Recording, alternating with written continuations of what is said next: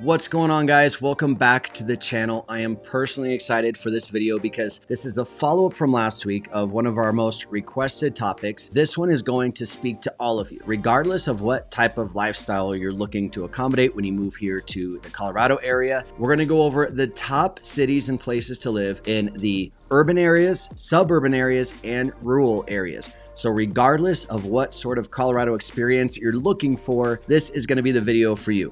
Now, to dive right into it, guys, let's start off hitting the urban areas first. One is going to be no big surprise to you guys. The other one might be a little bit of a surprise, but let's jump into it and see what the heck I'm talking about. So obviously, the first urban area that we're going to recommend is going to be Denver. All right, now I'm not just going to say Denver and leave you not knowing what neighborhoods that I'm talking about, but if you've watched our channel for any length of time, you know that Denver is broken up into many different neighborhoods. Now, a lot of those neighborhoods are very similar, but each one of them does kind of have its own characteristics. Now, speaking for Denver overall as a whole, before I dive into individual neighborhoods, one thing to know about Denver is that for the most part, you are going to be looking at slightly older homes. Most of Denver was built right around the 1940s to 1950s and 60s. So unless you're getting a home that has been scraped and rebuilt, if you're getting a classic Denver home, expect it to be in that 1950s range on average. Don't get me wrong, there are plenty of new builds in Denver, especially if you're looking at an area like Central Park or in any of the classic Denver neighborhoods where there are just homes that have been scraped and then rebuilt. There is a ton of that, but frankly, if you're looking for that classic sort of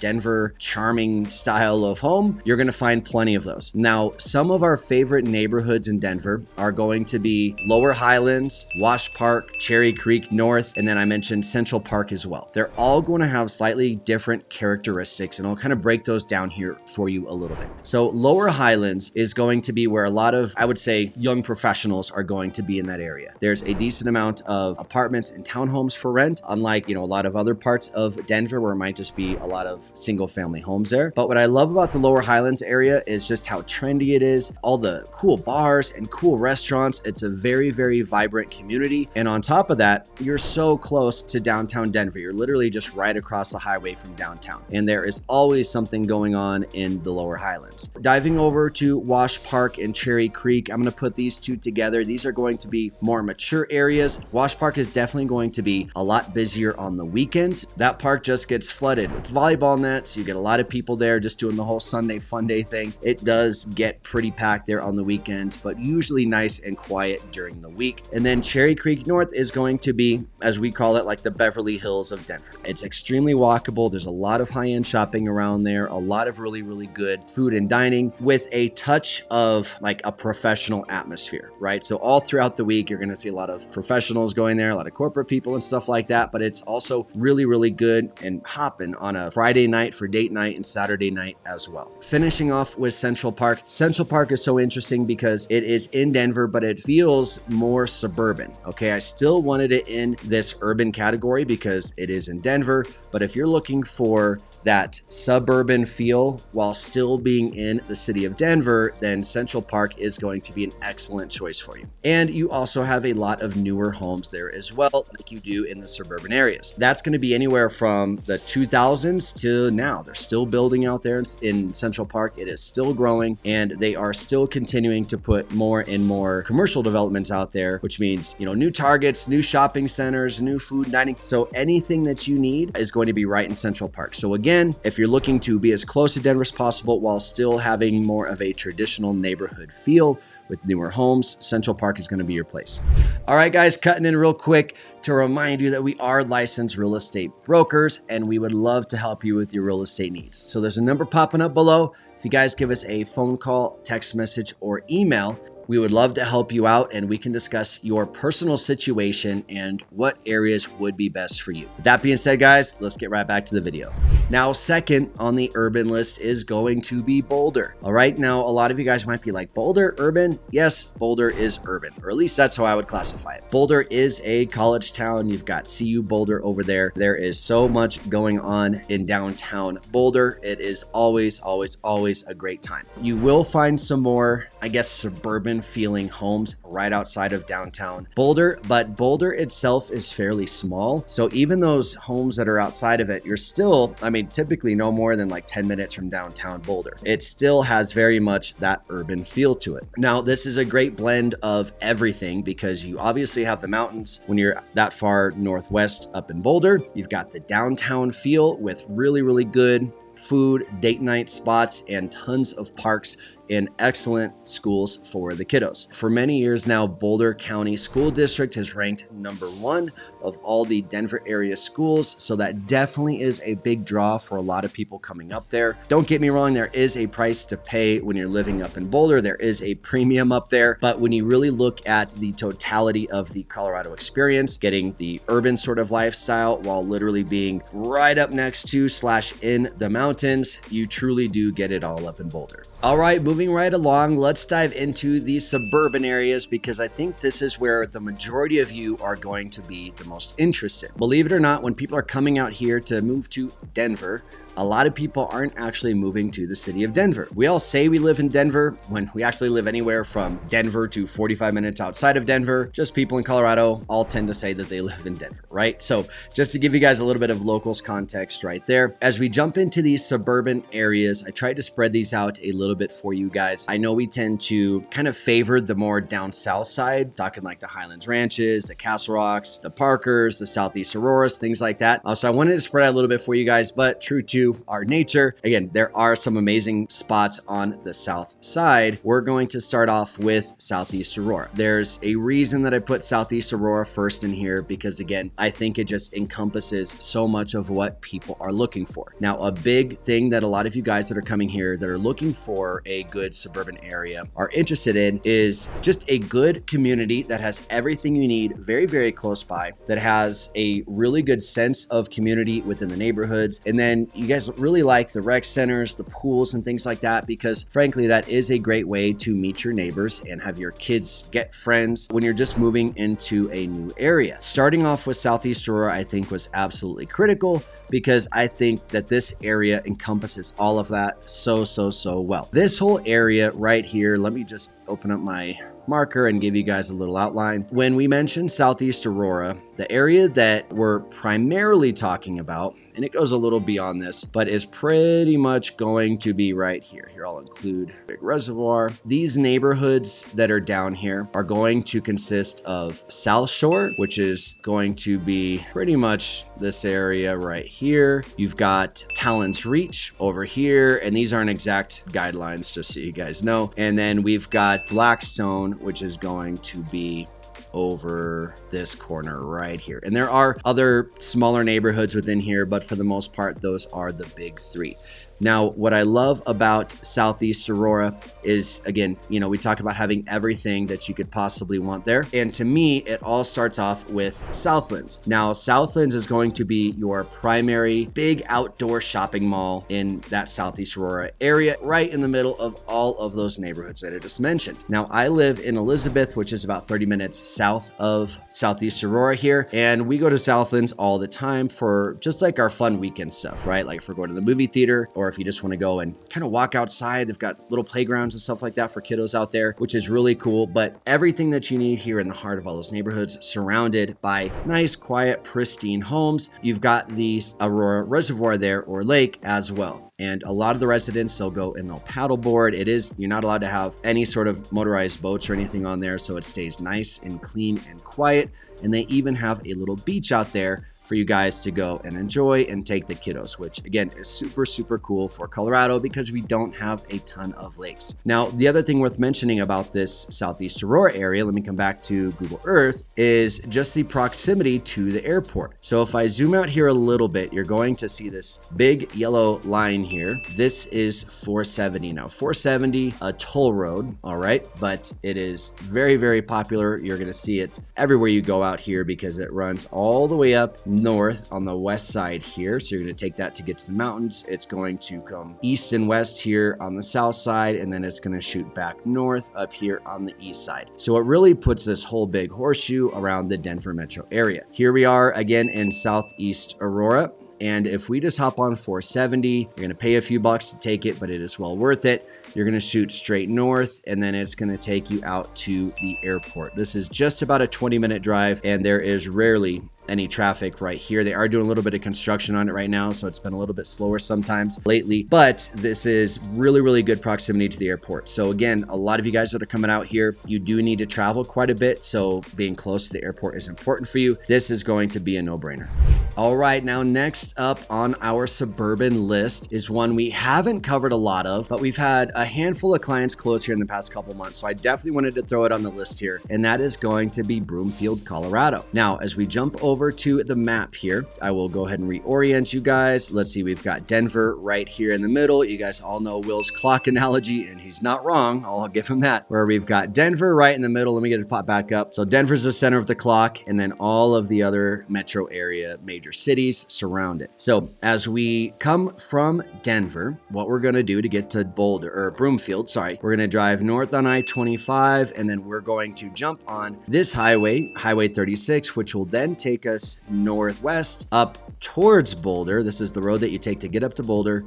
But right along the way, we've got beautiful Broomfield. So let me go ahead and zoom in here on Broomfield a touch. One thing that I do love about Broomfield is just how much open space they have out there. You guys probably can't tell from just kind of the suburban view that we have here, but a lot of these homes, especially the ones that sit on the outskirts here, all of these just backing up to this nice big open space and these big open areas. They're just absolutely gorgeous. You know, you will tend to see some slightly larger lots out here. You know, one of the things that always stands out to me every time I'm up in Broomfield is really just how much closer to the mountains you feel. You know, as I start kind of like panning around here, looking at the west side, you guys can see just like the gorgeous mountains that are out here, which is really, really cool and just really apparent when you're out there. The yards are green. People take care of their stuff out here. As you start going north in Colorado, you do start to see more and more of these little lakes that are around, which again is a nice little perk. You don't have a ton of those on the south side, but Broomfield, like I said, we've had a few clients close in there in the past couple months, and the more time I've spent up there, the more and more that I've really just grown to fall in love with it. Frankly, you know, when it comes to its location on the map here, I really do think that one of the absolute best things about Broomfield, let me go ahead and reset this to north, is that you are very, very close to Boulder here. So we've got Broomfield right here. And if you just keep taking 36 up, probably 20 minutes, you're hitting Boulder. You're probably just 15 to 20 minutes, probably 20 minutes from Denver, which is right down here, which again, you know, you're sitting just right in the middle of Denver, urban area number 1, and you're sitting just outside of Boulder, urban area number 2. So you've got the suburban hotspot right here in between the two urban areas. So when it comes to nightlife, things to do, just having fun on the weekends or during the week, the opportunities are literally endless here.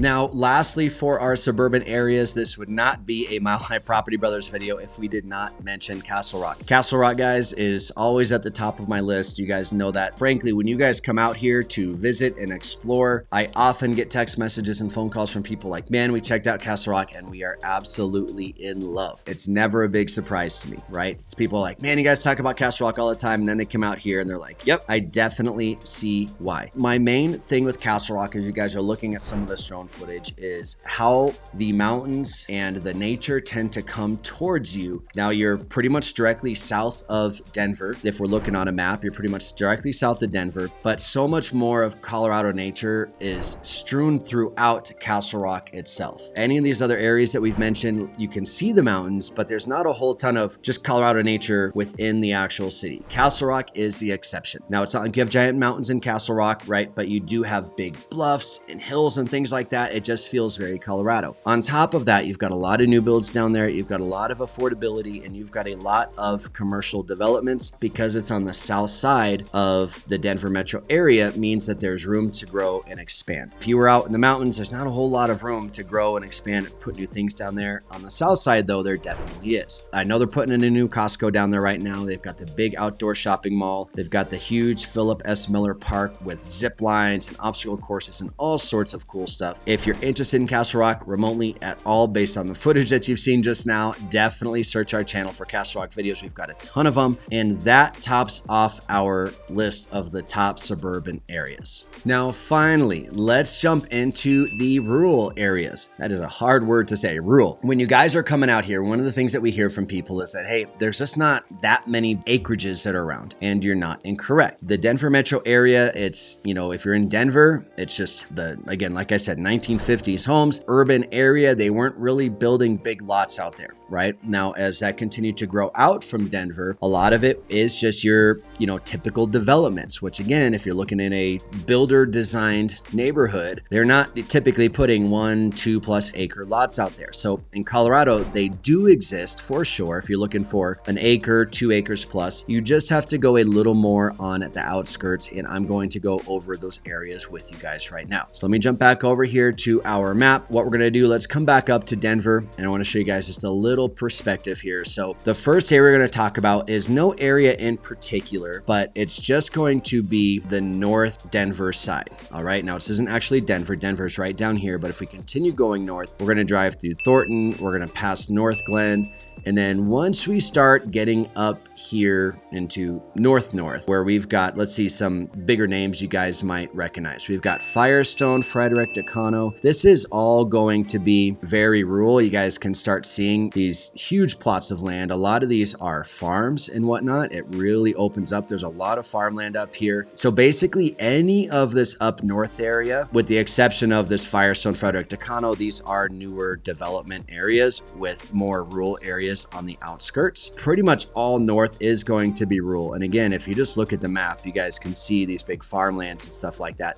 It is going to continue this way through Longmont, Platteville, Meade. You've got Berthoud right here. There's some really cool stuff going on in Berthoud. We've got some clients buying out here right now. Shout out to Sam and Miranda right on the lake. This absolutely gorgeous home. And, but you guys can see you've got this development here surrounded by farmland. Okay. So if you're looking for very, very rural, North Colorado is definitely going to be the place for you. Frankly, anywhere between, let's call it Longmont and all the way up to Loveland and Fort Collins, you're going to find a lot of that. As we come back down south, let's go into my hometown of Elizabeth, Colorado. Okay, so here, just to give you guys a little bit of perspective before I zoom in there, here we've got Castle Rock right here on I-25, and then we're going to go pretty much directly straight east, and this is about a 25-minute drive from me here. To be fair, I actually live in this Ponderosa Park area of Elizabeth, but what really brought us out here, guys, was, my parents lived out in Elizabeth for a while. When I was living in Parker previously, that I would be driving my son out to see his grandparents, my parents. It was just such a beautiful drive, and it was only like 20 minutes from Parker. Every time I would drive it, I'm just looking at these big open fields. I'm seeing lots of deer, tons of trees. Man, it's just such a gorgeous drive. And a few years ago, we had the opportunity to move out here and we jumped on it. Our lot sits on just under 2 acres. As I was starting to look at acreages, I realized that, man, I initially wanted 5 acres. And then I realized that, man, 5 acres is a lot more than I thought it was. So we settled at 2, and it's awesome because it's plenty of room to have some toys. My son rides his little dirt bike around and we have a ton of fun out here, but it's not too much to manage. Elizabeth is a very, very, very old town. It still is very small. Like, they have a nice Walmart, a new McDonald's, which is like all the rage, but we honestly hardly use any of Elizabeth's amenities. We're typically going to Parker or Castle Rock for our day-to-day shopping and whatnot. Now, there is one specific community that I want to mention, and that is called Fox Hill. Technically, this is in Franktown, but you guys are looking at drone footage right now. This place is absolutely stunning. It has really, up until Fox Hill, it's been really difficult finding modern, contemporary, let's call it California style homes on acreage. It really hasn't been a thing out here outside of maybe a few just kind of private builds, right? Custom builds. Fox Hill is technically in Franktown, but it's like 5 minutes from my house. So it's right on the edge of Elizabeth and Franktown. The lots out there are anywhere from 2 to 5 acres. You have absolutely stunning homes, as you guys can see here. And they're going to range anywhere from typically about 2 to 5 million on there. The other cool thing about that neighborhood is that there is literally a local farm in the neighborhood, grows their own vegetables, food, and eggs as well. So you can literally get fresh vegetables and eggs delivered to your door from the neighborhood farm. They call it farm to table living or something like that. This is my goal is to end up in this neighborhood where I can still be very close to mom and dad. I do love being out here on acreage, but being able to get that new modern contemporary style home and still be in a neighborhood. That's the other cool thing too, is it's nice to have your space, but it's also nice to have a sense of community. And I think Fox Hill has absolutely done a phenomenal job with that. Now, when it comes to these rural type of areas, the other one that we need to explore, guys, is going to be just a little bit north of Elizabeth. So Elizabeth is right down here, and we're actually going to come straight up to Parker. What a lot of you guys may not realize is that Parker actually has a rural component to it. If we zoom in on Parker here, this is going to be downtown Parker. This is just straight suburban living right here. However, if we go out east and I start coming out here, wow, look at this. This is where it starts really turning into a nice rural area where you've got some gorgeous homes, you've got some big lots. Again, these are going to be like 2 to 3, maybe 5 acre lots here, but a lot of people don't realize how rural Parker can actually get. If we look up north here, what we're going to start to see at the very top of the screen here, look at that, it's Aurora Reservoir. So we've got Southeast Aurora right here.